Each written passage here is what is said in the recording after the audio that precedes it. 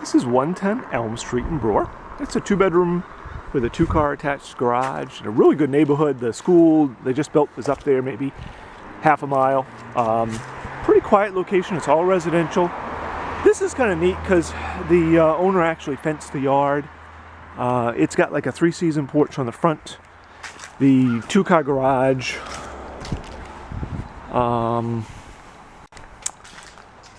is a true 2-car garage. It's got a little bit of a workshop area type thing.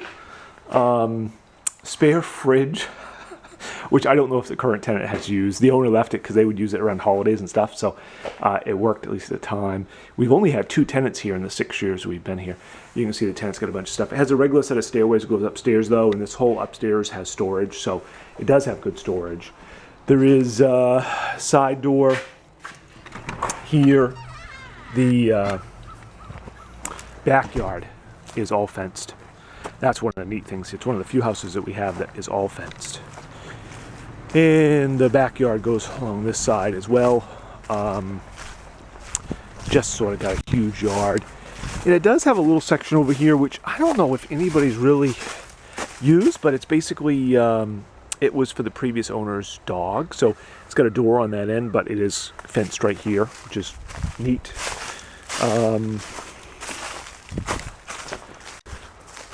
Again, neighborhood really nice. Owner actually had a couple of raised beds.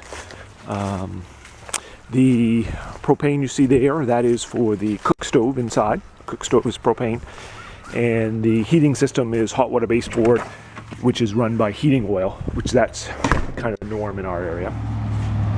A little unique, I guess. It does have couple of pieces of fence that can close off the driveway, and I think the original reason the backyard was fenced was the owner actually took care of some other kids, and so the whole thing got fenced, which is kind of cool. For this, we've got basically the downstairs, which I guess we can do now. Basically, kind of a standard unfinished basement. That is the heating system. Again, hot water baseboard, runs off heating oil, which is a tank that's over there. The area down here has got like a utility area. It does have an extra toilet, which I guess, it's not a true second bath by any stretch, but it does give you a second toilet, which somebody could use in a pinch if you've got people over or anything. Washer dryer hookup, and then like a slop sink. The basement can be decent for storage. If you're going to store stuff, I would recommend putting it on pallets though, because if we have a really heavy rain in the wintertime or a really heavy snowfall, you can still get moisture down here. And even 2 years ago, we had like 1.5 inches of water in here. Just happened once, but it does happen. So if you put stuff up on pallets, you wouldn't have that issue. The actually has a light switch. And then this has got the actual circuit breakers for the building. So it's got circuit breakers, and technically there's a generator hookup, which I don't know if anybody's ever used, but it does have it. From here, it's kind of neat because you do walk in, you have a little place to put odds and ends and get out of the weather. And then you come in the kitchen. The kitchen itself is, I think, original to the house. The appliances have been updated. Dishwasher was added. I don't think it was originally here. Fridge. Stove is propane, as I mentioned. Countertop, you notice, I think is original. That may get swapped out, or may not, depending, but that is something we're working on. There's a little bit of room for a little table here or something like that. In here, though, you have a dining room, so it's got plenty of room for a dining set. You can have a couple extra pieces of furniture if you wanted. There's room enough for that. And here it's got a big living room. It does have a pellet stove, which currently doesn't do much of anything because oil has gotten inexpensive compared to what it was the last couple of years. When oil goes up, if oil's above $2.50, then a pellet stove can save a little bit of money. Although it doesn't central heat like a regular heat system does. It'll mean you have a room like this that's really warm and the other rooms will be cooler. But pretty decent setup for a size of living room. It does have this, I guess I call it a 3-season sunroom on the front. You can use it as an entry in a mudroom if somebody wanted to. gives a spot to put an extra couch or that type of stuff, or just you could put some outside furniture or something if you wanted to. And then upstairs you've got sort of a regular stairway. Goes upstairs to the 2 bedrooms, bathroom, and I guess office.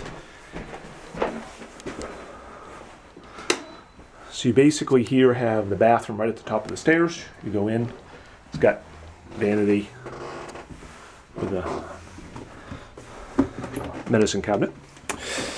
And then it does have a towel rack that's heated, which is kind of cool. Toilet, and it's got a full tub shower. So you got a shower, there's a little bit of storage there. And then you've got, I think what almost everybody has used as a master, do a king size bed, which is nice. It does have 2 closets too. So you've got a closet right there, and then there's another closet on the other side of the bed. And off of this is the 3rd room. Again, it's not a bedroom because you have to walk through the big room to get to this, but it makes a good dressing room, office. Previous tenant had some fish tanks and stuff in here, but could be pretty much whatever you wanted. It does have a closet as well. So it gives it a little extra storage. And then the 2nd bedroom is over here. Also decent size. And it's got, again, pretty good sized room in general. And there is a pretty spacious hall closet too, which give a little extra room, I think basically just to store seasonal stuff. It's kind of deep. It does have a rod that I think the current tenant put in. So that completes 110 Elm. If you have questions or interest, let us know. 974-6606.